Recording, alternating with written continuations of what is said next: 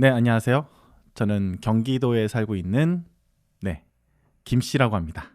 네, 제 고민은 뭔가 더 잘하면 좋을 것 같은데 생각보다 제가 현자 타임이 좀 빨리 찾아오는 타입이고요. 그러다 보니까 뭔가 좀 그럴싸하게 마무리하는 것보다는 처음에 도전하는 거에 좀 만족하는 경우가 좀 많이 있습니다. 그래서 저는 이제 공대에 입학을 했었는데 공부를 더 잘하고 싶지 않아서 중간에 자퇴도 했고요. 그리고 영화 일을 하고 싶었는데 더 잘해서 입봉을 할 수 있을까 하는 그런 생각도 했었지만 그것도 중간에 포기를 했습니다. 그리고 이제 먹고 살려고 영업 일을 했었는데 되게 잘하다가 중간에 또 영업사원도 포기하게 됐고요. 뭐 그런 것들 때문에 최근까지도 계속 갈등과 고민들이 계속 반복되는 게 제 고민입니다. 그래서 그 고민에 대해서 좀 답을 듣기 위해서 이곳을 찾았습니다. 네, 잘 부탁드리겠습니다.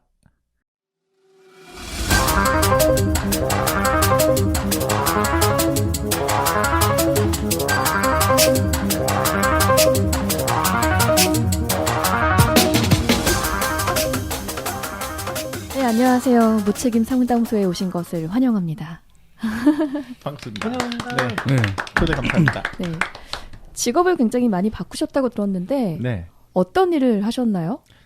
글쎄요, 저 그 질문에 대해서 항상 말씀드리기가 굉장히 힘든 게 제가 한 20번 정도 직업을 바꿨어요. 20번이요? 네, 제 나이가 그렇게 뭐 작지도 않지만 많지도 않은 나이인데 한 해에 제일 많이 제가 바꿨던 게 정규직 기준으로 4번, 그다음에 정규직 포함하지 않으면 7번까지 제가 직업을 바꿨거든요. 한 해에 7번이요? 한 해에 7번이요? 회사를 7군데를 다닌 거죠. 말도 안 된다, 말도 안 된다. 사기 캐릭이시네요. 그 능력이 있어야지 네. 사실 7번 바꿀 수 있는 거 아닌가요? 세상에 이런 일이 나오셔야죠. 네, 그런 오해를 참 많이 받고 있습니다. 네. 네.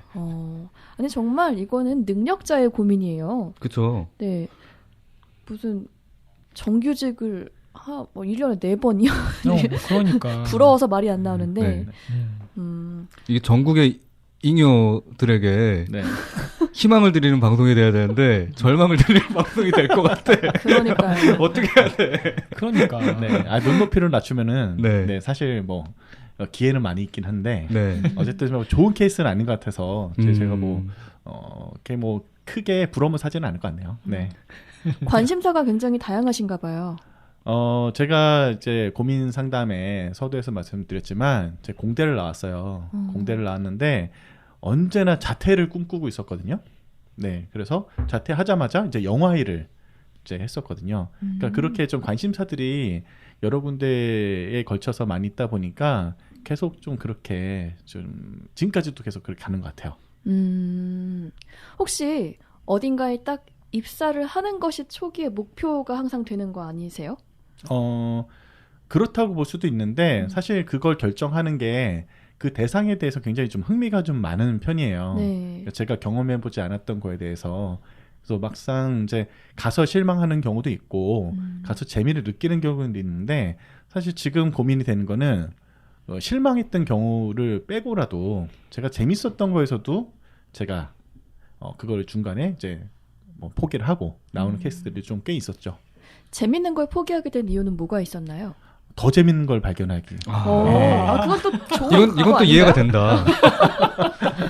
그럼 관심사가 다양한데 그게 또 자주 바뀐다는 말씀이시네요. 근데 그렇기도 하고 제가 또 그런 생활을 좀 쭉 해 나가다 보니까 주변에서 또 유혹하는 것들이 좀 많더라고요. 그러니까 저는 항상 뭔가 재밌는 걸 찾을 것 같은 그런 생각을 하니까 재밌는 거리를 물어다 주는 분들이 계시거든요. 네. 그럼 제가 좀 귀가 얇아가지고 네. 또 그걸 또 해요.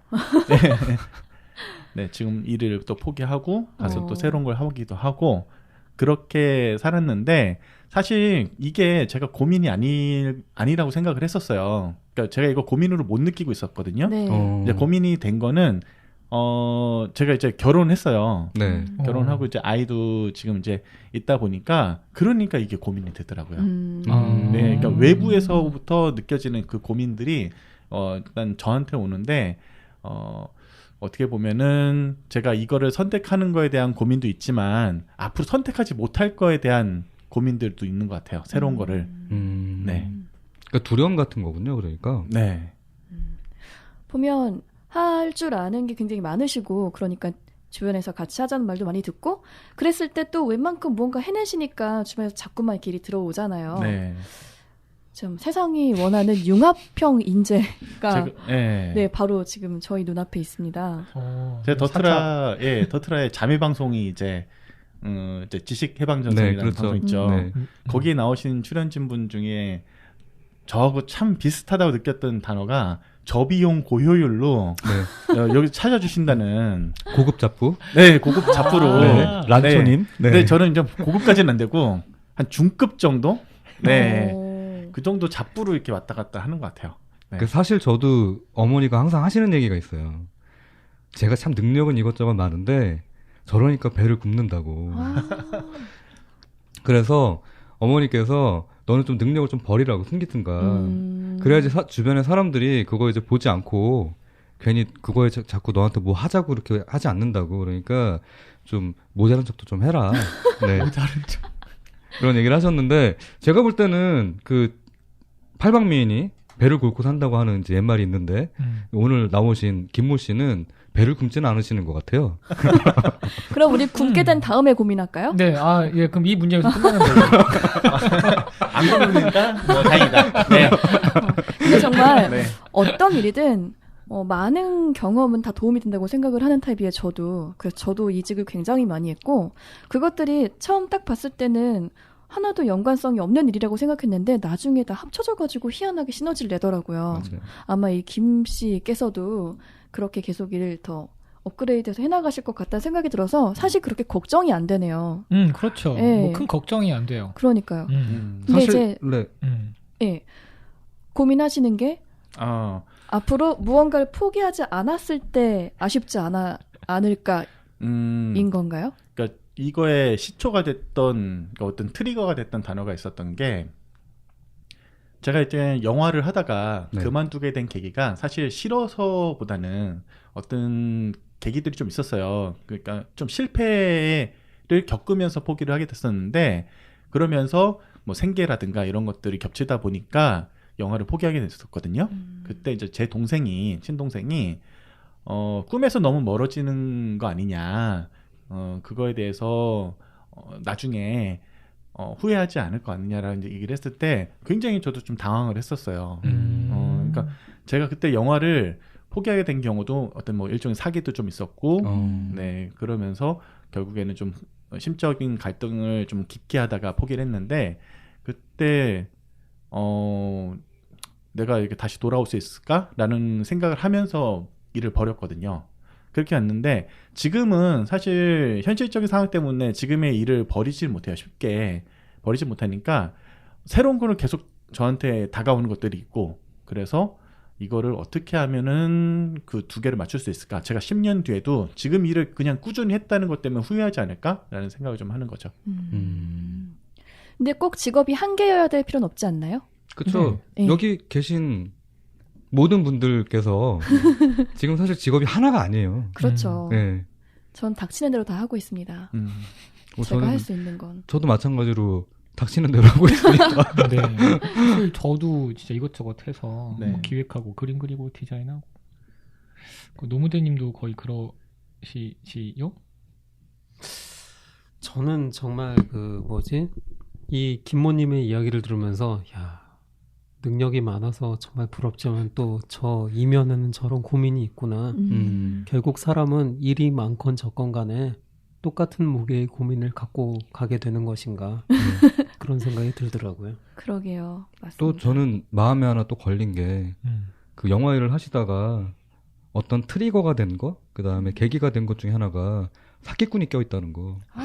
사기가 도무지 문제예요. 이 대한민국에는 도대체 왜 이렇게 사기꾼들이 많은지. 네. 좀 말씀만 드리면은 다 아시는 어떤 분이 계신데 그분을 통해서 제가 좀 심하게 조금 심적 갈등을 많이 겪었죠. 네. 얘기를 주시면 저희가 어떤 잘라낼게요. 분이세요? 아주 뭐 저는 뭐 이거에 대해서 이제는 전혀 이해감이 없기 때문에 네. 네. 저는 뭐 공무원한테 당했는데 뭐 세상에 믿을 놈이 없다. 억대로 당했는데 뭐. 어머나, 공무원이. 세상에. 그 세상에. 상업 영화 입봉을 앞두고 영화를 포기하셨다고 하셨잖아요. 네네. 그 영화 제목은 얘기해 주실 수 있나요? 이게 뭐 언론에는 뭐 기사는 한 번 났었고요. 네. 근데 제가 이제 시나리오 작업을 했어요. 시나리오 작가로 입봉을 네네. 앞두고 있었어요. 네. 제목은 이제 이빨이라는 시나리오인데, 네, 이게 뭐냐면은 굉장히 속칭 말하는 그 구라를 잘 터는 남자에 네. 대한 얘기였어요. 네. 그거에 대한 시나리오로 이제 입봉을 앞두고 있었는데 제 시나리오를 다른 사람이 본인이 썼다고 이제 기사가 나오고 막 그랬거든요. 네. 네. 세상. 그게 이제 거의 이런 좀 느낌 이상하다. 벌써 냄새가 난다 싶었는데, 네, 거기서 이제 영화는 이제 결국엔 제작이 안 됐고, 이제 받아야 될 돈은 못 받고, 네, 그런 상황이었어요. 그 영화 제목에서 나오는 이빨이라는 게 네네. 이빨 깐다라고 할 때 그 그렇죠. 이빨인 거죠? 네, 재밌었을 것 같은 느낌이. 궁금하다. 네. 네. 나중에 시나리오라도 좀 저 알려주세요. 보여주세요. 제가 그거를 이제 저도 영원히 짬을 시키기 위해서 포맷을 3번 했는데, 네. 저기 어딘가는 있긴 있어요. 네. 근데 제가 이제 전혀 찾을 수 없는 곳에 제가 봉인을 좀 해놨죠. 저희가 프롤로그에서 얘기 드렸지만 제 우주관에선 이미 별을 하나 만드셨습니다. 네. 이빨별. 이빨별. 이빨별. 이빨별 하나 만드셨습니다. 네.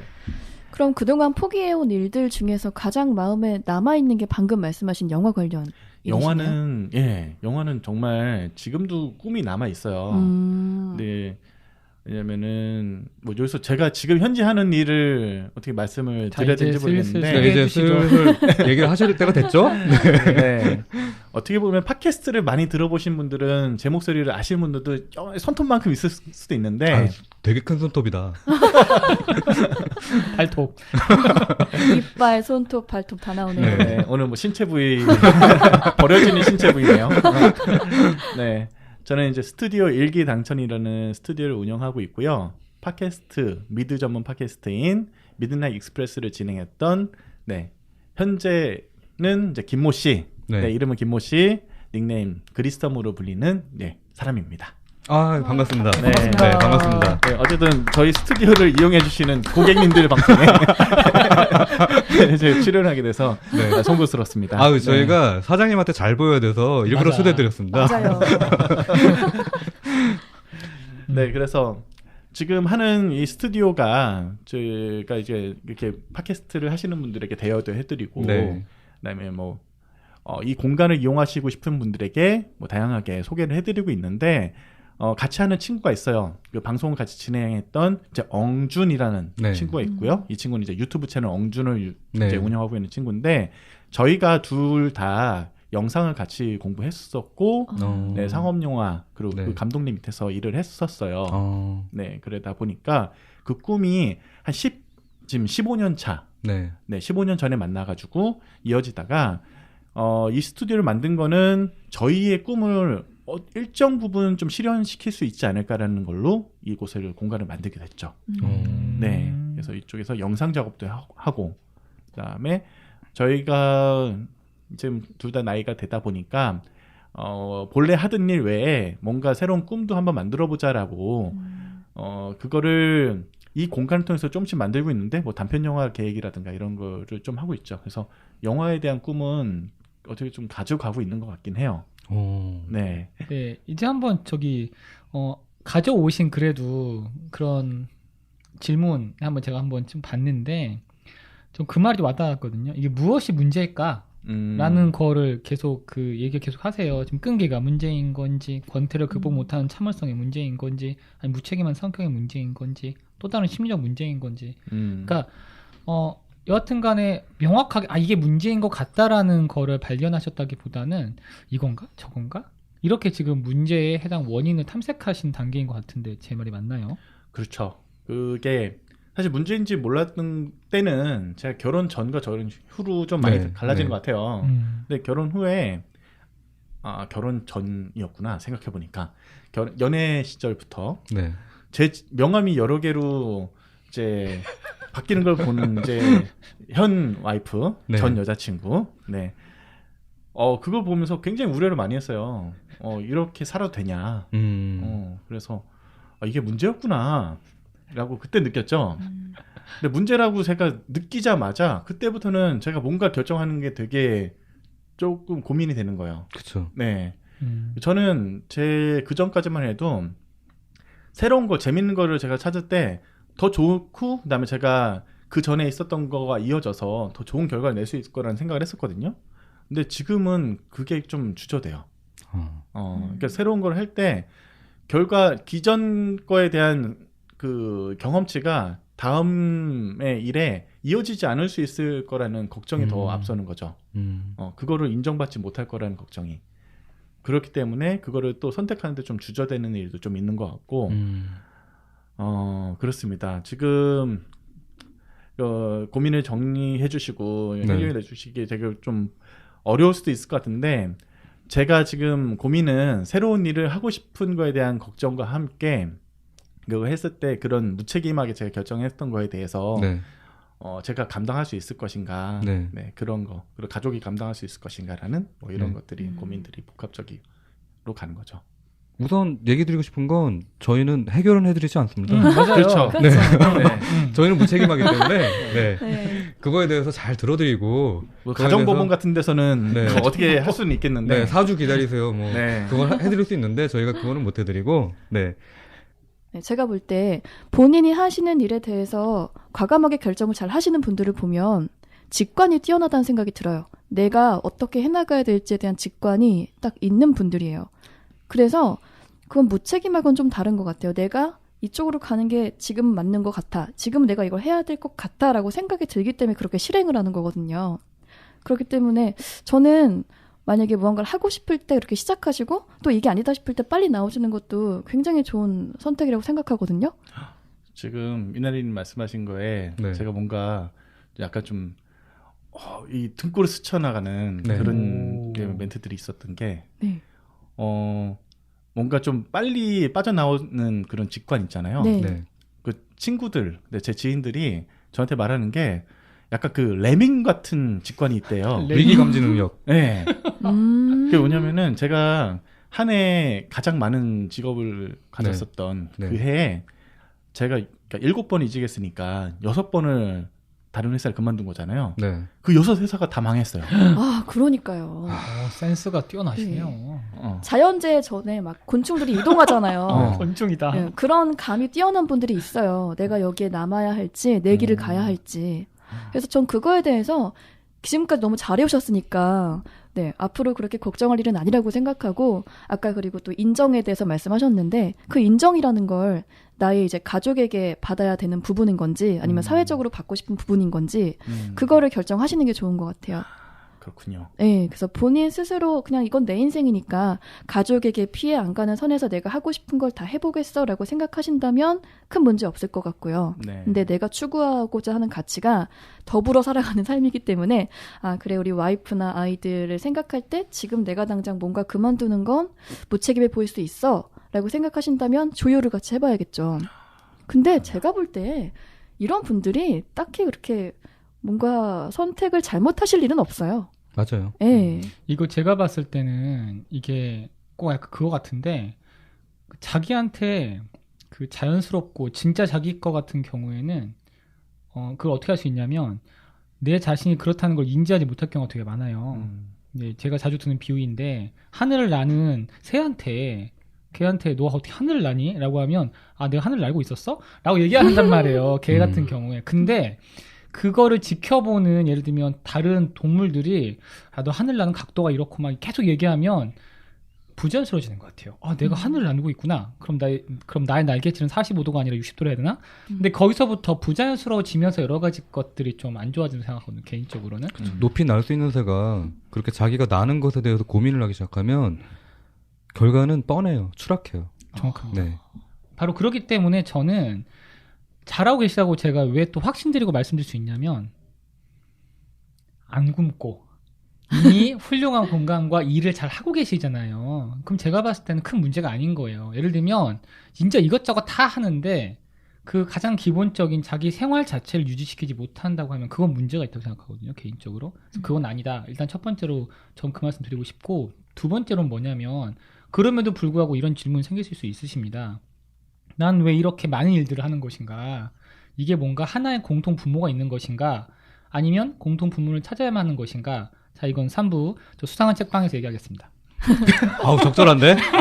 적절한데? 네. 그래서 고민이 네. 더해가지고 그러니까 지금 제가 이제 여러 번의 일을 바꿨을 때 뭐 계기들이 조금씩 다른데 네. 아까 같은 그런 직관의 부분도 있을 거고 또 꽤 많은 부분에서 일을 더 잘하고 싶지 않아서 제가 그만둔 경우도 좀 있어요. 제가 그러니까 되게 인정받는 제가 영업일을 이제 먹고 살려고 네. 영업일을 처음 이제 해봤을 때가 있는데 처음 시작할 때 너무 잘 되는 거예요. 너무 잘 되는 거예요. 이게 거기서 제가 느꼈던 거는 그러니까 뭔가를 팔아야 되잖아요. 네. 예, 전화를 통해서 팔기도 하고 네. 만나서 팔기도 하는데 주변에서 얘기를 하는 게 특히 이제 클라이언트들이 스토리텔링을 해서 재밌다는 거예요. 그래서 되게 잘해갖고 실적도 괜찮고 인정도 받았거든요. 네. 그런데 인정 받으니까 하기가 싫은 거예요. 되게 잘하고 싶지가 않은 거예요. 네, 더 잘해서 좀 더 갈 수 있는데 그 고개를 넘어가는 순간 제가 버려야 될 것들이 굉장히 많이 좀 나오더라고요. 그렇죠. 네. 그래서 거기서 더 잘하면 안 되겠다는 생각이 드는데 이것도 제가 심리적인 문제일까요? 근데 뭔지 알 것 같아요. 네.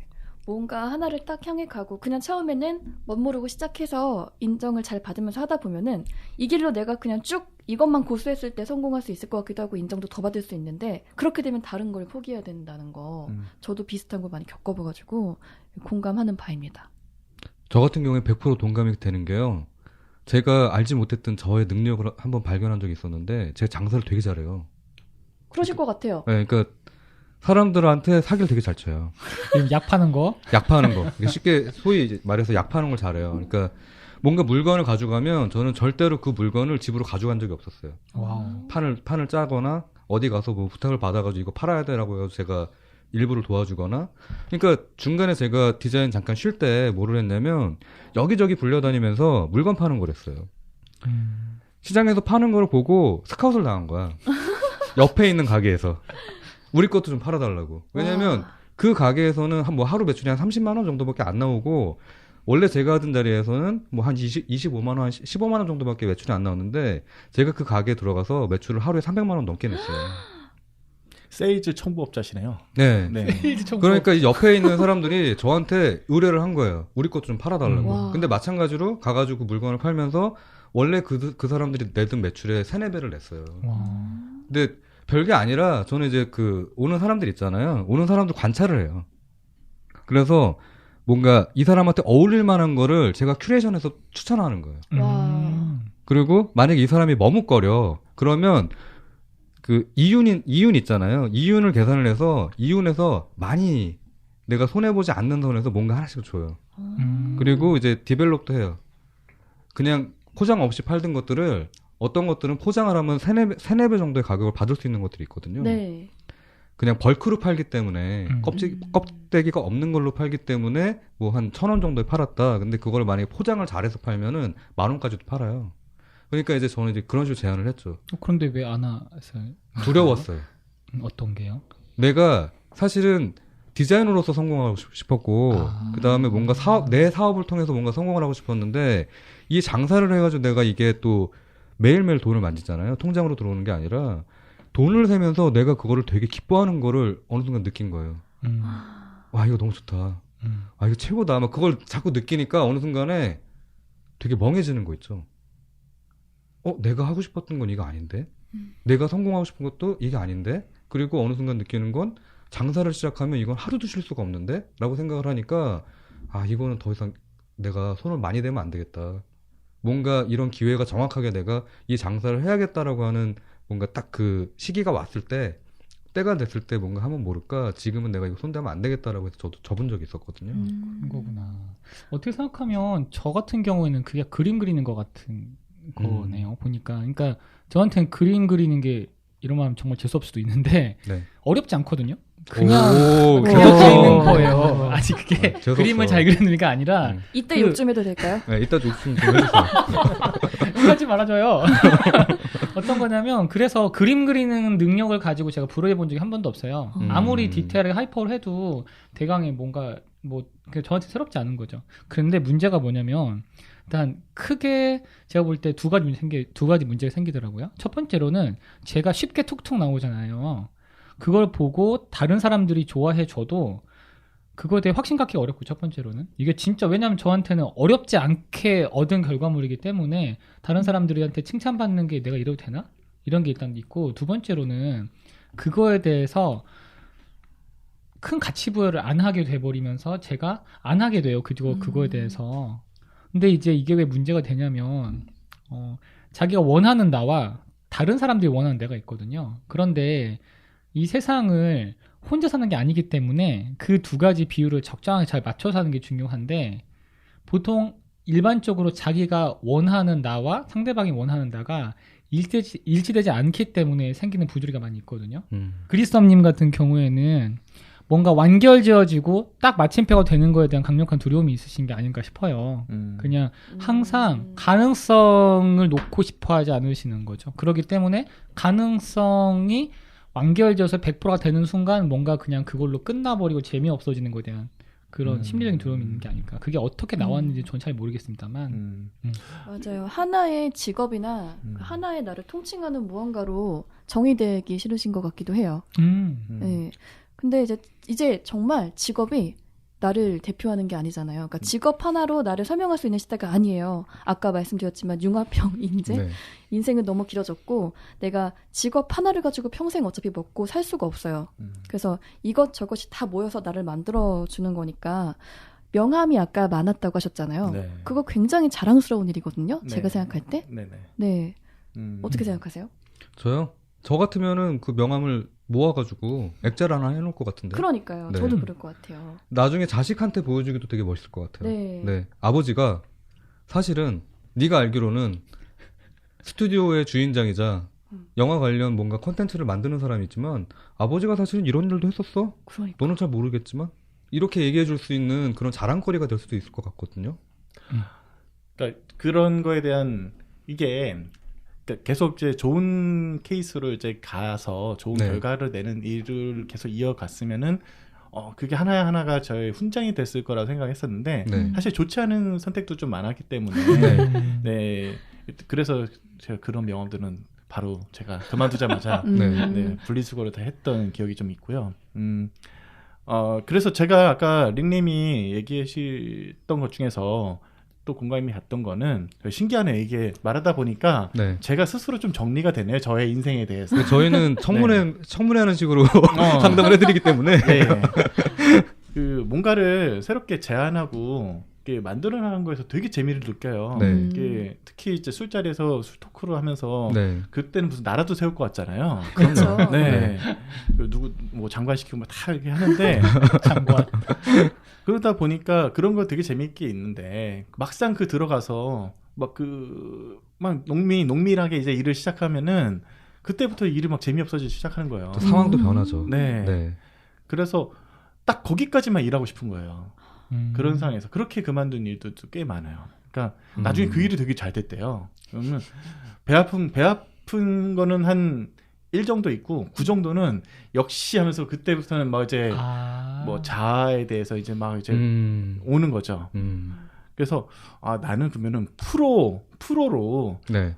처음에 뭔가 좀 뽐뿌지르는 인간으로 살아야 되나? 프로 뽐뿌어? 이런 걸로 좀 살아야 되나? 이런 생각도 좀 했죠. 네. 제가 볼 때는 사실 되게 간단하게 해결할 수 있는 부분이기도 하거든요. 네. 그러니까 저도 막 일을 벌리는 쪽이에요. 지금 최근에는 최대한 참아요. 왜냐면 일을 벌렸다가 수습이 안 돼가지고 또는 저도 이제 초반에 막 이거 기획하고 이거 이렇게 될 것이다 막 예상하고 이게 막 계획한 대로 좀 사람들 모으고 그거에 대해서 만들어가고 초반 거는 되게 좋아하는데 이게 조금 늘어지면 자꾸 딴 걸 생각해요, 저도. 그러다 보니까 저도 뭐 했다가 없애고 한 회사들도 있고 들어갔다가 나온 경우도 있고 뭔가 시도를 해봤다가 잘 안 된 경우도 있고 한데 최근에 제가 느끼는 건 뭐냐면요. 이거를 앞에서 쳐서 나가는 사람이 있고 이거를 마감을 해주는 사람이 있고 이거를 유지해주는 사람이 있는 거예요. 그래서 팀플레이가 필요한 건데 네. 대부분의 사람들이 저희 같은 또 그리스dom님 같은 사람들이 이걸 받쳐주는 사람이 없으니까 길게 유지도 안 되고 그 다음에 본인이 뭔가 딴 거를 넘어가야 되는데 여기 잡혀있는 것 때문에 자꾸 신경이 쓰여가지고 딴 것도 제대로 올인을 못하고 하는 경우가 발생이 되더라고요. 그래서 제가 볼 때는 이거 사람 성향이거든요. 성격이고 네, 이건 맞아요. 사실 천성이라서 못 버려요. 음. 어느 날 갑자기 바꾸기도 힘들어요. 이거는. 맞아요, 맞아요. 그래서 제가 볼 때 그립섬님은 죽음이 앞에 다가올 때까지 계속해서 뭔가 하실 것 같아요. 네. 그러니까 가장 좋은 방법. 내가 앞에서 뭔가를 이렇게 해나가면 거기를 채워줄 수 있는 뭔가 팀원들, 내가 믿을 만한 팀들, 그러니까 어벤져스 같이 모두 다 영웅이지만 그거를 각자의 팀 플레이를 통해 가지고 적을 해치우잖아요. 네네. 그런 식으로 여러 가지를 하시니까 여러 가지 팀, 그거에 맞는 사람들, 유지할 사람들을 내 편들을 좀 제대로 만들어 놓고서 하시면 오히려 지금 하시는 일들이 아까도 얘기했듯이 성공한 것들 있잖아요. 그러면 거기에 대해서 되게 굉장히 큰 지분을 가지고 계신 거예요. 맞아요. 네. 미국 같은 경우에는 스타트업을 할 때 우리나라 모든 게 다 준비가 돼야지 이 사람에 대해서 지분을 주잖아요. 네. 참여를 해야 되고. 근데 어떤 식이냐면 이런 식으로 스타트업을 할 때 나 이런 아이디어가 있는데 이게 이런 식으로 구성될 수 있고 이게 어떤 방식으로 확장이 될 수가 있어 라고 해서 아이디어를 건네는 사람. 플래너죠. 그리고 어떻게 보면 선지자인 거죠. 이 사람은 예언자고. 네. 이런 사람들이 오히려 더 큰 인정을 받거든요. 그러니까 우리나라에서 사실 이런 분들이 더 많아져야 돼요. 그래야지 맞아요. 예, 좋은 재밌는 또 이런 사람들이 상상하지 못한 콘텐츠들이 계속해서 쏟아져 나올 것 같거든요. 맞아요. 정말 말씀하신 대로 이렇게 순간적인 재치나 아이디어를 잘 내는 분들이 있고 그거를 실행해서 구체화하는 걸 잘하는 분들이 있어요. 그래서 이게 정말 팀플이 됐을 때 시너지가 정말 큰 효과를 발휘하는데 앞으로 일을 하실 때 그렇게 정말 딱 멤버들이 구성되면 너무 좋을 것 같아요. 그럼요. 네. 네. 그러면 어쨌든 일적으로는 그렇게 하시면 되게 좋을 것 같고 그리고 이제 그냥 어쨌든 혼자 계속 하시는 고민 있잖아요. 이 일에 대한 고민, 이걸 할지 말지 포기를 해야 될지 뭘 하고 싶은지 메인 꿈, 그러니까 가장 중요한 거 내가 꼭 죽기 전에 이루고 싶은 거 하나 정도는 있으실 거잖아요. 아까 네네. 영화 네네. 말씀하셨죠. 그거를 향해서 그냥 쭉 가는 과정이라고 나머지 생각하시면 될 것 같아요. 나머지 일들은 뭐 할 수도 있고 포기할 수도 있어요. 다만 내가 가장 큰 꿈을 이루는데 방해가 되지 않는 선에서. 그래서 지금 운영하시는 이 스튜디오 일도 계속 잘 하시면 될 것 같고 네. 나머지들 뭐 세세한 거 해보시기도 하고 포기하시기도 하고 큰 선에서 그냥 문제 없을 정도로 운영하시면 되지 않을까. 감사합니다.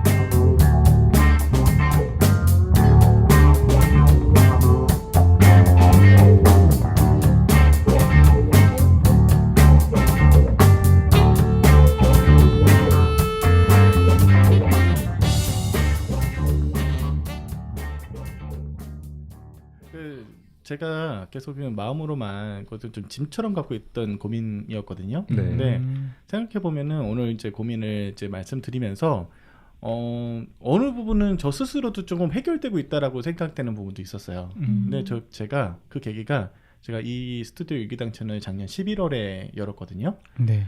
이제 저하고 15년 지기인 저 친구랑 같이 했는데 그때부터 조금씩 해결됐던 것 같기도 해요.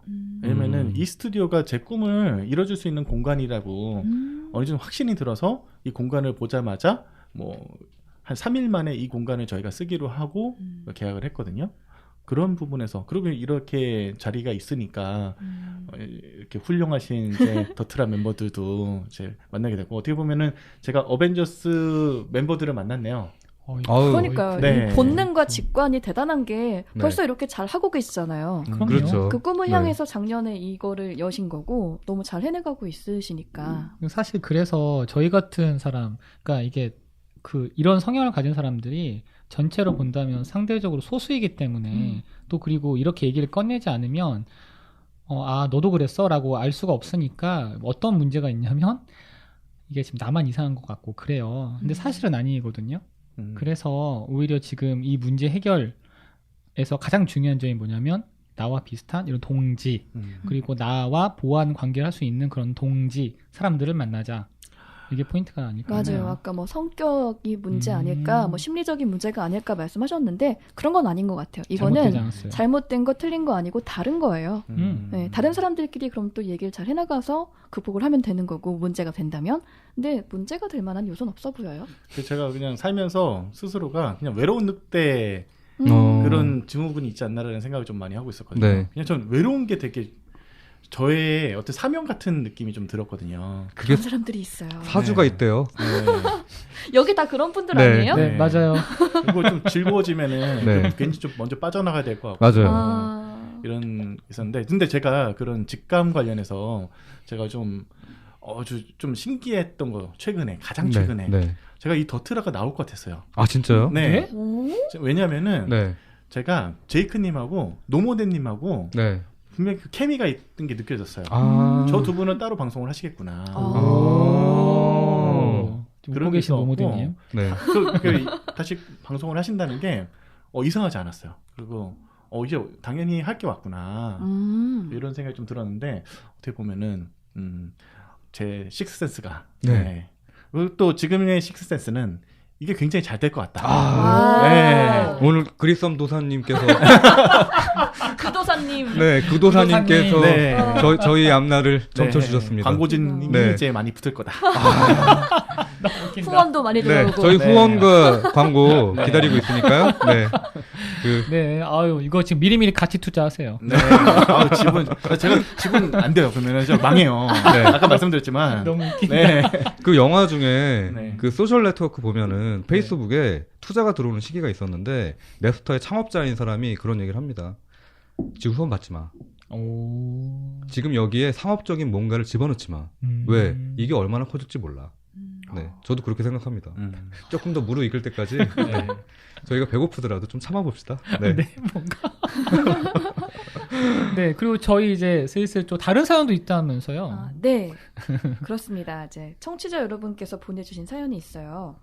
제가 소개를 해드릴게요. 근데 그리썸님 좀 고민 해결되셨나요? 맞아. 저는 오늘 굉장히 머리가 맑아지고 네. 좀 피튼치드를 막 마음껏 이렇게 들이킨 듯한 네. 그런 이제 맑은 정신으로 이런 이제. 디테일한 표현. 네. MC 스퀘어 네. 같은 방송. 아, 그게 네. 약간 효과가 없지 않았나요, 그거?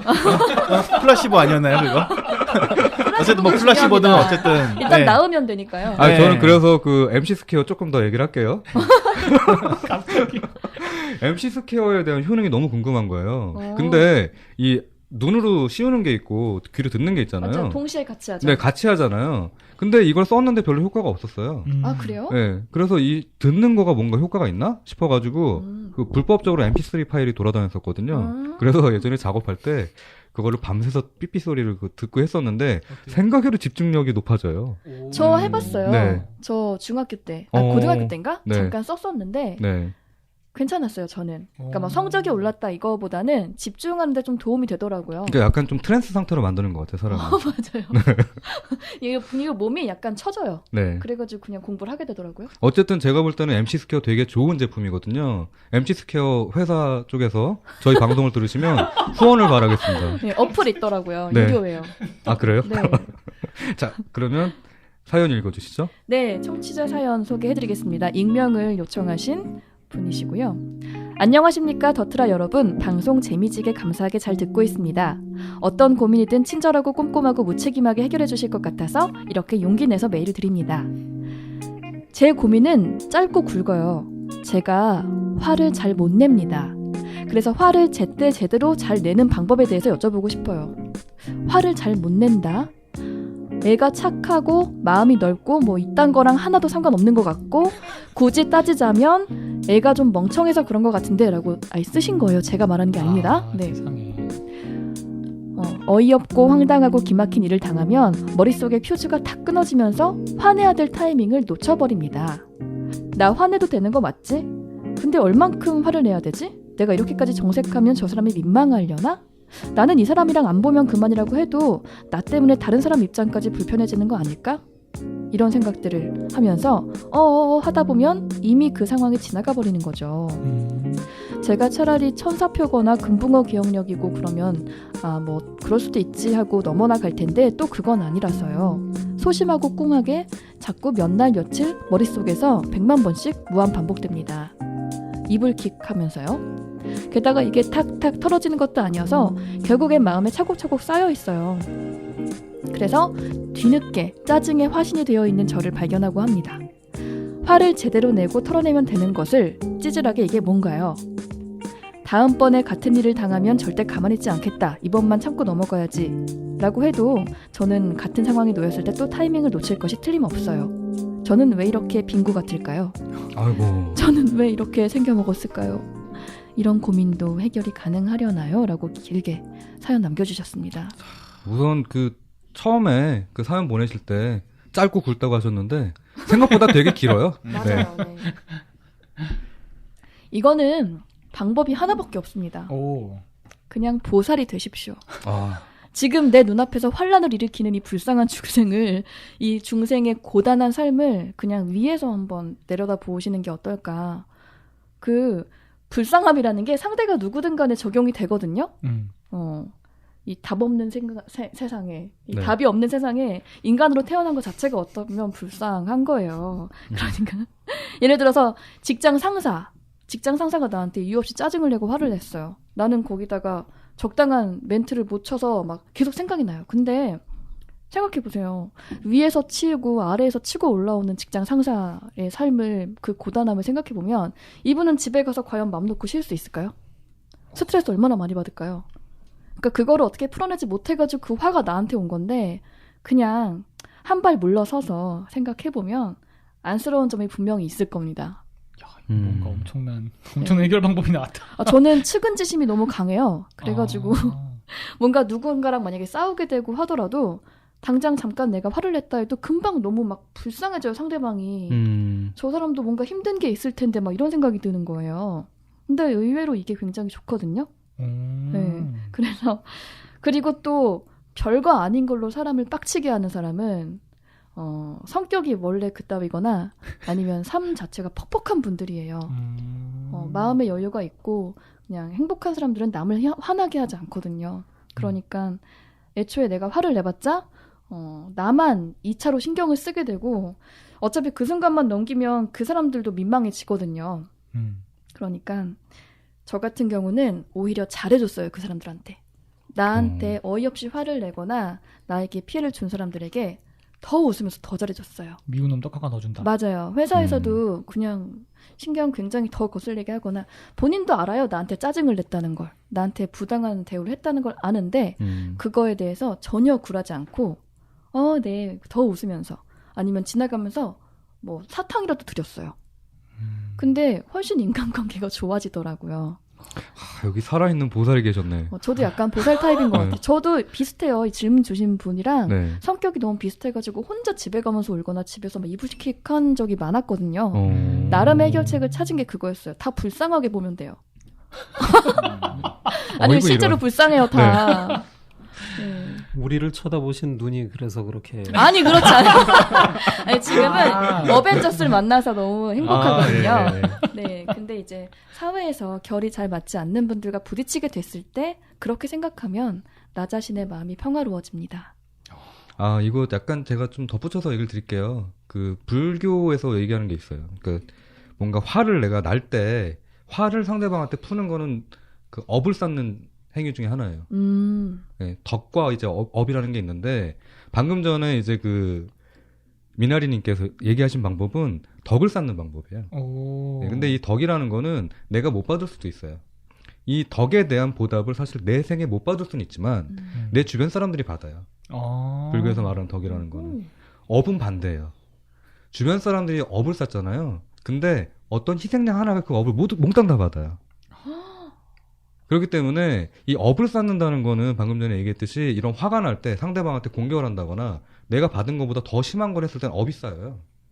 근데 업이 아니라 지금 덕을 쌓고 계시잖아요. 그래서 이런 분들이 살아있는 보살이라는 거예요. 네. 그리고 저도 이제 약간 성격 자체가 요즘에는 많이 유해졌어요. 타자화 시켜요. 이런 경우에. 너 그럴 수도 있어. 너 화날 수 있어. 타자화 좋네요. 네. 네. 제3자가 되는 거예요. 그러니까 유체이탈 화법인 거죠. 네. 우리 되게 많이 당했잖아요. 네. 그거 되게 빡치잖아요, 상대방 입장에서. 얘는 뭔가 나한테 화를 낸다는 거는 이 사람이 뭔가 반응하길 바라는 거예요. 맞아요. 네. 맞아요. 근데 내가 반응을 하지 않잖아요. 화를 내야 되는 타이밍이 아까처럼 나 순댓국밥 먹고 싶은데 이런 식으로 나가버리면 상대방은 되게 이거에 대해서 황당한 거예요. 내가 왜 화냈지? 이런 사람한테? 이렇게 되는 거예요. 근데 이것들이 사실 하루아침에 되는 건 아니고요. 저는 추천을 받은 책이 있었어요. 뭔가요? 금강경이라고. 금강경. 네. 이 책은 예로부터 갑자기.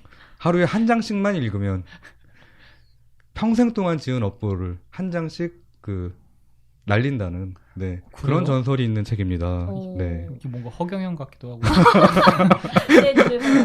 네. 어쨌든 이게 금강경이라든가 뭔가 마음을 다스리는 책들이 있거든요. 그러니까 그런 책들을 좀 더 읽어보시고 그거를 좀 하루하루 누른다는 게 아니에요. 내가 나답지 않게 산다는 게 아니라 나를 잠깐 타자화시키는 거예요. 잠깐 뒤로 물러나서. 역시 제이크님 이야기를 들으면서 제가 한편 깨닫게 되는 것은 이분은 뭐든지 스트레이트하게 말씀을 하시는구나. 이를테면 좀 전에 소년이여 보살이 되라 이런 식으로 말씀을 하셨을 때 보통 우리들은 보살은 또 어떤 것에 대한 비유일까 생각을 하잖아요. 근데 금강경을 읽어라 이렇게 말씀하셨으니까 진짜 보살이 되라는 뜻이었군요. 성불하십시오. 저는 그 비유해서 하는 거 잘 못해요. 외계인처럼 생각해봐. 진짜 외계인처럼 한번 해봐 이런 거구나. 그렇죠. 네. 그러니까 저도 좀 한마디 거들자면은 네네. 그 화가 나는 경우가 저도 방송을 진행할 때 악플 달리잖아요. 네. 그렇죠. 악플 달릴 때 악플이 다 진지충으로 제가 답변을 하면은 상대방도 더 빡치게 또 더 진지하게 댓글에 나오죠. 댓글 났더라고요. 네네. 근데 제가 빙구처럼 하니까 댓글이 안 나오더라고요.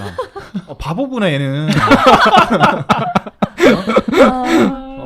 그렇게 해서 이렇게 하면은 이렇게 하니까 해결이 되는구나. 네. 그래서 나도 마음 편하고 그렇게 됐고 두 번째는 이게 뭐냐면 화가 나는 메커니즘 두 개인데 상대방이 내가 화난 걸 모르니까 확 빡치는 게 하나가 있고 내가 화를 못 내서 화가 나는 거 두 가지가 좀 다른 것 같아요. 근데 첫 번째는 아까 같이 약간 보살이 느낌으로 바라보면은 조금 마음 편해질 수 있는데 그래도 내가 화를 못 냈잖아요. 네. 그러니까 제 이제 딸아이가 이제 5살인데 네. 지금 한참 화를 냈대요. 네, 사사건건 화를 냈거든요. 근데 요즘 저희 와이프가 이제 교육을 시킨 게 화가 나면은 오른쪽 콧구멍을 막아라. 막고 콧바람을 내서 하면 그게 화가 빠져나간다. 아이한테 그렇게 시켰거든요. 네. 여기가 금방 화가 없어져요. 우와. 근데 이게 와이프가 그냥 하는 게 아니라 이것도 어떻게 보면은 보살하고 연결되어 있는데 한 비구니 스님이 알려주셨대요. 이게 화는 이 왼쪽 콧구멍에서 나온다고. 네, 그렇게 해서 내보낸다고. 그러니까 아이가 신기하게 하면은 빙구처럼 웃으면서 화가 없어졌대요. 너무 신기하네요. 네. 본격 불교 추천 방송. 근데 저는 이 얘기 들으면서도 사실 살짝 이런 생각은 들어요. 사실 그 비구니 스님은 화는 왼쪽 콧구멍으로 빠져나간다고 합니다. 라고 비유적인 화두를 말씀하셨는데 받아들인 사람은 왼쪽 콧구멍이다. 정말 코를 막고. 예, 네. 그렇게. 사연 보내주신 익명님께 네. 그걸 한번 시도해보라고 얘기를 드려야겠네요. 그러니까요. 왼쪽 콧구멍이요? 결국에는 예. 네. 그냥 사람마다 어떤 분출해내는 방법의 차이인 것 같아요. 그런 거 어떻게 하냐의 문제인데 진짜로 코를 막고 이렇게 숨을 쉬어보셔도 좋을 것 같고. 상대방 되게 웃기겠다. 진짜 황당하게. 화가 나는데 한쪽 얼굴 딱 보고 있는데 한쪽 콧구멍을 막고 한쪽으로 숨을 내쉬고 있어. 야, 그러면 화내다가도 웃겠는데요? 예, 혹시 제 주변에서 이제 그런 사람이 보이면 오늘 그리스엄님의 말씀을 들은 사람인 걸로 네. 예, 유심히 살펴보겠습니다. 네. 진짜 저희보다 더 무책임하셔서 좋습니다. 아니 너무 좋은 네. 해답 주셨어요. 조금 전에 그리고 화를 두 개로 나눠주셨잖아요. 네네네. 하나는 몰라줘서 화가 네. 나는 거고 하나는 분출하지 못해서. 네. 그러면은 이 두 번째 경우에, 그러니까 내가 지금 너무 화가 났는데 분출하지 못하고 있는 경우에는 이렇게 코를 막고 내쉬면 상대방이 첫 번째 이유로 빡칠 거 아니에요. 그쵸. 내가 지금 화를 표현하고 있는데 사람이 못 알아들어. 콧구멍 후비고 있네? 그러니까요. 네. 그렇게 서로 순환하면 악순환인가요? 그럼 그쪽 상대방도 화낸 사람도 한쪽 코를 막고 숨을 쉬겠죠. 그러면 되겠네요. 같이 코 막고. 그러면 서로 친구가 되는 거야. 너 더트라 듣고 있구나. 더트라 우리 세상에. 예, 더트라로 네. 인해서 하나가 되는 너무 세상. 아름다운 하나가 되는 결말이다. 세상. 이건 네. 추천 예. 많이 해주세요, 여러분. 다단계처럼. 네. 무슨 간증처럼 서로 이제 코를 막고 예. 숨을 쉬는. 비밀 사인으로. 네. 괜찮네요. 서로 화가 났구나 그러면서. 예. 네, 이게 근데 콧구멍 방향이 중요하잖아요. 어느 쪽 콧구멍이 막고 오른쪽 하라고요? 콧구멍을 막고 아. 왼쪽으로 네. 예, 이렇게 막으면 네. 이미 좀 있으신 분들은 좀 먼저 배출을 하고 난 다음에 하셔야지 이게 빠져나가지 막히면은 그렇죠. 안 된다고. 화가 좀 덜 나가겠군요. 네. 오른쪽 아. 콧구멍을 막고 하셔야 됩니다. 네. 가끔가다 방송 띄엄띄엄 들으면 왼쪽 콧구멍 막고 하시는데 그분 제대로 못 들으신 거예요. 그 사람은 사파야. 그 사파야. 네. 정파의 가르침을 따르시기 바랍니다. 네. 오른쪽입니다. 네. 고민 해결되셨는지 모르겠습니다. 일단 혹시 한번 해보시고 효과가 없으시다면 저희가 애프터 서비스 있나요? 있습니다. 네. 왼쪽 콧구멍. 아 그럼요. 왜냐하면 사람도 저기 그 쓰는 손이 다를 수가 있잖아요. 그렇죠. 화도 그럴 수 있지 않을까라는 정말 무책임하게 네. 얘기해보고. 저 콧구멍 2개밖에 없으니까 둘 중 하나로 어쨌든 나가긴 나갈 거예요. 네. 이로써 고민이 해결되었습니다. 아, 그리고 자, 사연이 또 하나 있죠? 네, 하나 더 있습니다. 이런 걸로 고민하게 될 줄 몰랐는데 어떻게 해야 할지 잘 모르겠어요. 저는 보통 사람들을 만날 때 좁고 깊게 사귀는 편이고 그냥 안 맞는다 싶으면 크게 노력하지 않고 지금 제 옆에 있는 사람들에게 더 신경 쓰고 살려고 하고 있었습니다. 남자친구의 친구들을 만났는데 그냥 그 자리가 즐겁지 않고 불편했습니다. 그 친구분들이 저한테 무례하게 한 것도 아니고 저도 남자친구의 친구인 만큼 예의 있게 대했지만 저는 안 맞는 옷을 입은 것처럼 답답하고 빨리 끝났으면 좋겠다고 생각했습니다. 남자친구에게 제 기분을 이야기하니까 전혀 이해하지 못했습니다. 자기 친구들은 저를 좋아하고 또 만나고 싶어 하는데 친해질 기회도 주지 않고 한 번에 그렇게 사람을 판단하는 건 편협하지 않냐고. 나중에 자기 절친들을 만났을 때도 제가 자기 친구들을 안 좋아할까봐 안절부절 못해 했습니다. 남자친구는 제가 자기 친구들이랑 친해져서 여기저기 편하게 놀러 다니길 바라는데 저는 그 사람이 좋은 사람이더라도 안 맞을 수 있다고 생각하는 터라 왜 이렇게 저를 몰아가는지 이해가 가지 않습니다. 일단 제가 좀 더 마음을 열고 만나보기로 이야기가 끝났지만 제가 자기 친구들에게 싫은 티를 내는 것도 아니고 만날 때는 잘 지내는데 왜 그리 안달복달 하는지 그저 안 맞는 사람들도 있다는 걸 이해하지 못하는 남친이 서운합니다. 라고 보내주셨습니다. 저는 이 글에서 약간의 감정이 느껴지네요. 자꾸 남자친구의 친구들을 자기 친구들이라고 표현을 하셨어요. 자기 친구들. 아예 이렇게 좀 나눠가지고 말씀하시는 것 같아요. 편을 좀 나누셨어요. 예. 근데 모든 건 마음 먹기 나름이잖아요. 그냥 저는 이 두 가지만 기억하셨으면 좋겠어요. 그러니까 첫 번째는 남자친구가 여자친구한테 자기 주변의 사람들을 소개시켜준다는 건 저는 굉장히 긍정적인 태도라고 생각하거든요. 그건 맞아요. 이 관계에 대해서. 음. 그 두 분류로 나뉘는 것 같아요. 주변 사람들과 계속 같이 보고 싶어하는 사람이 있고 나중에 같이 보자 이런 식으로 차단하는 사람이 있어요. 근데 결국에는 행복한 연애는 전자가 아닐까. 서로 오픈하고 주변 사람들을.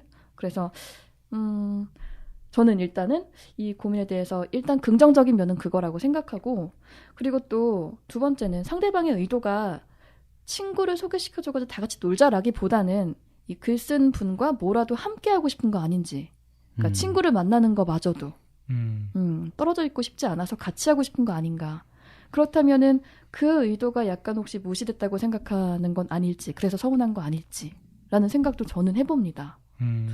나머지 분들은 어떻게 생각하세요? 저 같은 경우에는 우선 그 보내신 분 있잖아요. 보내신 분 여자분이잖아요. 남자친구분이 되게 자랑하고 싶은 거예요. 그러니까 그런 경우 있거든요. 되게 티격태격하고 또 잘 안 맞는 사람은 이런 모임에 잘 안 데리고 가요. 왜냐면 가서도 문제를 일으키거든요. 맞아. 그렇기 때문에 그거에 대한 신뢰감, 믿음이 없으면은 절대 이런 모임을 안 데리고 갑니다. 그렇기 때문에 우선 제가 첫 번째로 생각드는 거는 그 남자친구분이 이 여자분한테 굉장히 좀 만족하고 있다. 친구들한테 자랑하고 싶다. 이런 게 있기 때문에 약간 좀 의시되고 싶은 감정? 그것 때문에 불러들이는 게 1차적인 것 같고 네. 두 번째 같은 경우에는 남자랑 여자랑 그 구분을 하긴 좀 그렇긴 하지만 대부분 남자분들이 어울려서 노는 걸 더 좋아해요. 혼자서 뭔가 하기보다는 일할 때도 그렇고 근데 저는 약간 좀 반대쪽이긴 한데 혼자서 일하는 거 좋아하고 혼자서 어디 움직이는 거 좋아하고 해서 약간 좀 지금 남자친구분하고 좀 반대쪽이에요. 그럼에도 불구하고 대부분의 남자들이 뭔가 같이 모여서 뭔가를 하는 걸 되게 좋아해요. 그렇기 때문에 자기가 그 시간을 보내는 것 있잖아요. 그 시간을 보내는 것을 여자친구를 띄워놓고 싶지 않은 거예요. 이건 저는 미나리님하고 또 약간 비슷한 그 생각이 들어요. 그래서 같이 보내고 싶은 시간이 친구도 포기하기 싫고 여자친구도 포기하기 싫고 사실은 되게 욕심이 많은 분인 거죠. 네. 그래서 그런 부분들이 좀 있지 않을까. 네. 근데 이거는 여자친구분 이제 사연을 보내신 익명님의 입장에서 보자면은 남자친구분한테 한 번은 좀 얘기를 해보시면 어떨까 싶어요. 맞아요. 이거를 얘기를 하지 못하기 때문에 남자친구가 또 눈치가 되게 없는 사람도 있거든요. 눈치 더럽게 없는 사람들이 있거든요. 절대 몰라요. 눈치를 줘도 몰라요. 근데 이럴 경우에는 한 번쯤은 오빠 또는 자기야. 네, 자기야. 네. 네, 자기야. 뭐 이렇게 얘기를 하면서 한 번쯤은 나 요런 부분들 요런 상황에서는 약간 불편할 때가 있어라고 좀 한 번쯤은 얘기해 보시는 것도 좀 좋지 않을까라고 생각합니다. 이거는 이제 제가 말씀드릴 때 일단 그 분의 그 여자친구를 자기 친구들에게 끊임없이 소개시켜 주고 싶고 그들과 시간을 보내고 싶다라는 거 왜 그러냐라고 하는 데에서는 저도 두 분과 의견을 같이 동의하고요. 그리고 한 가지 팁을 드리자면 바람둥이를 감별하는 방법. 오. 빠밤. 있는 게 기본적으로 바람둥이 잘 보시면은 어떤 형태든지 핑계를 대서 자기 주변 사람들을 소개시켜 주잖아요. 왜냐하면 네. 사귀셔야 되니까. 네, 그럼요. 네. 그럼요. 그러면서 뭐 어떻게든 뭐 사실 우리 친구들이 뭐 내 친구가 없고 다 그거고요. 진짜 남자들 같은 경우에는 꼭 남자만이 아닐 거예요. 어떤 사람 새로 사귄 사람이 너무 괜찮아. 그러면 자기 생활에 끌어들여고 자기 주변 사람을 소개시켜주고 싶어해요. 자기 가족, 친구. 왜냐하면 내가 너무 마음에 드는 사람이니까. 근데 그걸 하지 못했다. 어떤 핑계도 상관없고요. 한 번쯤 의심해 보셔야 됩니다. 근데 전문적인 바람둥이들은요. 팀플을 해요. 그럴 수 있습니다. 네. 네. 그럴 딱 수 있어요. 소개시켜줘서 안심시켜놓고 뭐 그 친구랑 같이 있어. 아니면 입을 맞춰놔요. 또 화나려고 그러네. 나 근데 이거 얘기하면 안 될 것 같은데 얘기를 해야 될 것 같아요. 얘기하세요. 친구가 바람둥이가 한 명 있었어요. 근데 이 친구가 굉장히 좀 뭐라 해야 되지? 이 사기칠 때 여자친구한테 이제 바람 피거나 뭔가 사기를 칠 때 굉장히 꼼꼼하게 사기를 쳐요. 그러니까요. 네, 그래서 뭔가 방어막이 필요한 거야. 근데 친구들이 많잖아요. 근데 친구들이 많은데 그 중에서 여자친구가 그나마 좀 믿음직하다고 생각한 게 저였어요. 같이 있다 그러면 아무 말 안 하는 사람이었던 거야. 얘도 이제 테스트를 해본 거지. 이 사람 저 사람.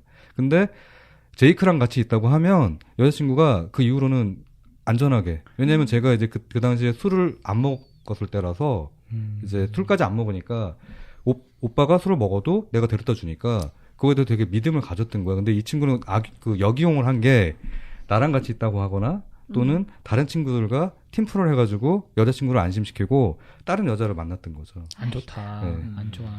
사실 그 좀 더 제가 저 두 번째 얘기를 들고 싶은 게 바로 이 지점일 수도 비슷할 수 있는데 딱 만났을 때 왠지 감이 안 좋다. 그러니까 그 감을 믿으세요. 네, 맞아요. 정말 맞아요. 네. 네, 이건 정말 제가 드리고 싶은 말이 있는데 저기 한 인간을 기준으로 했을 때, 그러니까 다른 어떤 저 공동체적인 지식이 아니라 한 개인의 지식, 한 개인의 이런 판단의 기준으로 일단 제가 제안해 보면 일단 의식과 무의식이 있지 않습니까? 그러니까 아무리 그냥 논리적으로 따져봐도 내가 의심할 만한 구석이 없는데 뭔가 꺼림직해. 그럼 그걸 믿으셔야 돼요. 왜 그러냐면 무의식이 한 80% 이상을 차지하거든요. 인간의 어떤 그 정신적인 세계에서. 그러니까 사실은 설명을 못할 뿐이지 80%가 얘기하는 거예요. 뭔가 이상해, 감이 이상해.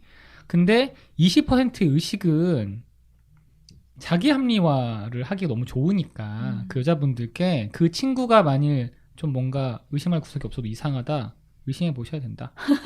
이 생각 드리면서 그러니까 이게 문제 해결이랑 상관이 없는데 이거. 아니 그래도 굉장히 흥미로운 네. 주제예요. 언제나. 인간은 동물이잖아요. 위험 감정 능력을 가지고 있거든요. 그러니까 직감을 믿으십시오. 그런 부분에서는. 네. 자, 저기 저 노무대님 홀수 사상은 잘 드셨죠? 예, 홀수 사탕은 잘 넘어갔습니다. 그 여자분이 일단 고민을 하시게 되는 그 측면을 보면 앞서 분들이 말씀하셨던 것처럼 남자친구분이 의외로 긍정적으로 여하튼간에 바람을 피는 타입 같지도 않고 본인 딴에는 욕심을 부려가면서 되게 많은 사람들한테 소개를 시켜주고 싶어 하는데 그 욕심에 대해서 그 미나리 소장님이 말씀하셨던 것처럼 조금 더 구체적으로 아무리 좋은 사이라도 꼭 만나봐야 되는 것은 아니다. 그러니까 내가 그 사람이 싫어서가 아니라 꼭 우리가 아는 사람들끼리 다 알아야 되는 건 아니잖냐. 이런 식으로 조금씩 자기만의 세계가 있고 너도 너만의 세계가 있으니까 우리 서로 같이 좀 존중을 하자. 이렇게 말하는 게 낫지 않을까. 아니, 그런 생각이 차근차근 들었습니다. 남자친구 좀 세뇌를 하세요. 금연시키듯이. 네.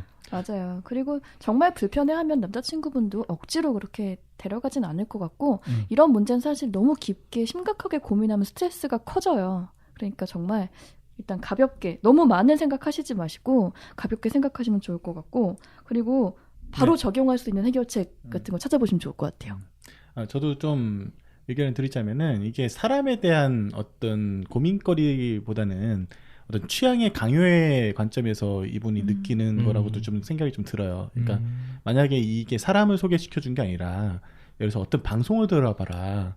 이게 정말 좋다 했을 때 그게 부담으로 오는 사람도 분명히 있거든요. 그렇죠. 네. 네. 예를 들어서 저희 와이프는 이제 예전에 제가 김어준 방송을 굉장히 좋아하니까 낙곰수를 들어봐라. 정치에 관심 갖고 한번 들어봐라 했는데 도저히 못 듣겠대요. 욕을 많이 하고 너무 상스러워서 못 듣겠다는 거예요. 그래서 제가 이거 계속 강요하는 게 되니까 제가 아무리 좋은 의도와 이런 거 같더라도 되게 부담을 느낀 거죠. 근데 최근에는 이분이 이제 김어준 씨가 공중파의 방송을 하면서 네. 하니까 지금은 저보다 더 잘 듣더라고요. 그러니까 경험이라든가 어떤 취향의 문제에서 오는 갈등이라고 생각도 좀 들거든요. 그럼 이건 어떨까요? 고민 주신 분의 친구 중에 가장 빡센 친구가 있을 거예요. 말이 정말 많다거나 뭐 대화에 섞이기 힘든 타입이거나 그 친구들 남자친구랑 같이 만나는 거예요. 그럼 남자친구도 피로도가 쌓이겠죠? 피곤해지고 막 불만이 좀 생길 거잖아요. 안 생길 것 같은데요? 에? 안 생길 수도 있을 것 같은데요? 아, 그런가? 너무 친해지실려나? 그러면 굉장히 해피한 엔딩이긴 네. 하지만 너무 재밌어. 아니 아까 이제 방송 얘기도 하셨는데 네. 저희 어머니가 최대 청취자이신 저희 어머니가 비슷한 얘기를 하셨어요. 이 방송을 듣는 거 그다음에 사람과 친해지는 거를 어른의 입장에서 생각하지 말라는 얘기를 하시더라고요. 아이의 입맛이라고 생각해라. 입맛. 네. 왜냐면 어른들은 뭔가 맛없는 집에 가서 맛없는 걸 먹을 때는 본전 생각도 나고 이것저것 따지면서 끝까지 다 먹는다는 거예요. 그래서 어쨌든 끝장을 본다는 거예요. 관계에 있어서. 그리고 마지막에 다 먹고 나서 다시는 안 본다. 또는 다시는 그 집에 가지 않는다고 판단하는데 아이 같은 경우에는 그렇지 않다는 거예요. 딱 첫 술을 뜨고 맛없으면 그 즉시 안 먹는다는 거예요. 그래서 그 어머니 이제 팟캐스트 방송을 이제 최근에 제가 방송을 하면서 듣기 시작하셨는데 팟캐스트 방송을 예를 드시면서 이런 얘기를 하시더라고요. 팟캐스트 방송이 아이들 입맛에 맞춰가지고 방송을 한다면 사람들은 오래 안 듣는다고. 진짜 재미없다. 나랑 안 맞는다. 그러면 5분도 안 가. 그 다음엔 그 방송 절대 안 들어. 라고 얘기를 하시더라고요. 근데 사람 관계도 마찬가지라는 거예요. 아이의 입맛으로 생각을 하자면 저 사람하고 경험을 했는데 몇 가지가 별로 마음에 안 들어. 그러면 요즘에는 대인관계라는 게 굉장히 폭넓게 뻗쳐져 있기 때문에 그냥 그 사람이 진짜 안 좋은가 보다라고 그냥 딱 마감을 하고 다시는 그 사람이 내 인생에 섞이지 않는다는 거죠. 그런 거 생각했을 때 미나리님 얘기도 좀 더 연결을 해서 생각을 하자면 뭔가 아닌 것 같을 때는 아이처럼 얘기를 하시라는 거예요. 네. 그렇죠. 아이처럼. 네. 아이처럼. 그냥 순수하게. 왜? 여러 가지 생각하지 말고 그냥 순수한 아이의 마음으로 순수하게 그렇게 얘기를 하면은 상대방은 아까 콧구멍 파는 얘기도 했지만 네. 콧구멍 파는 얘기도 했지만 그것에 대해서 좀 귀를 기울이지 않을까. 네, 이렇게 무책임에서 유책임으로 넘어가는 것 같은 깊은 집중 네. 상담을 이거 안 좋아. 이거 자를게요. 그러니까요. 안 좋아, 안 좋아. 아, 진짜. 자르지 마세요. 아까 저기 뭐야, 이쪽 오른쪽 콧구멍이 제일 좋았어요. 그러면 남자친구의 친구들한테 소개팅을 좀 많이 시켜주세요. 아 좋다. 좋다. 네. 좋습니다. 그래 이거야. 이게 당연히 무책임이지. 씨를 말려버려. 그러니까요. 다 여자친구 보고 싶은 마음을 먼저 만들어 놓고 그 다음에 같이 만나든가. 그러면 네. 뭐 만나고 관심이 싶어도 못 분산되겠죠. 만나게 될 겁니다. 그러니까요. 네. 그거 뭐 네. 나이가 어떻게 되는지 모르겠는데 빨리 군대를 다 보내버리잖아. 네. 네. 이렇게 마무리 해볼까요? 네. 좋아요. 네. 좋습니다. 그러면 2부 무책임 상담소는 이렇게 마무리가 되고요. 3부 수상한 책방이 이어집니다. 감사합니다.